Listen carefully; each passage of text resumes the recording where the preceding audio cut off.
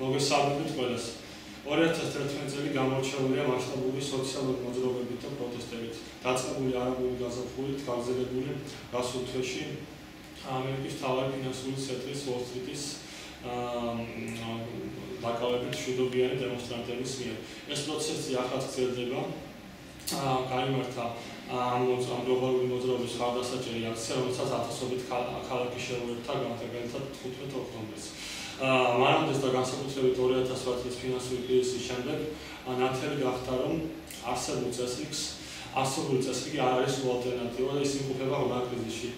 ამიტომ აუცილებელია ასეთი ტიპის მოძრაობები, რათა უმრავლესობამ და ხალხმა დაანახოს გაბატონებულ ჯგუფებს, რომ მათ აქვთ ნება და სურვილი და ძალა იმისაკენ, რომ ეს სისტემა შეიცვალოს, გახდეს უფრო სამართლიანი, თანასწორი და უზრუნველყოფდეს თანაბარ სასტარტო პირობებს და თვით განვითარების შესაძლებლობებს ყველასათვის.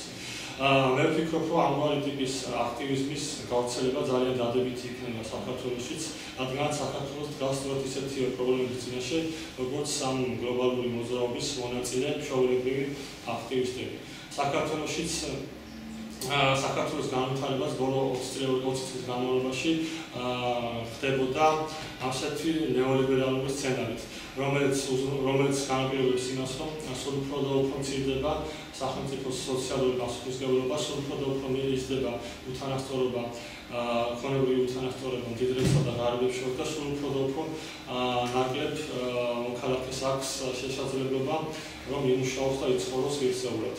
სწორედ ამიტომ აუცილებელია, რომ ქართულმა საზოგადოებამ აიღოს საკუთარ თავზე ინიციატივა და ასეთი ტიპის აქტივიზმით დაანახოს ასე ვთქვათ გაბატონებულ ჯგუფებს, რომ სწორედ ისინი არიან უმრავლესობა, სწორედ ისინი არიან 99% და პოლიტიკოსებმა უნდა დაიცვან სწორედ მათი ინტერესები და არა გაბატონებული 1%-ის.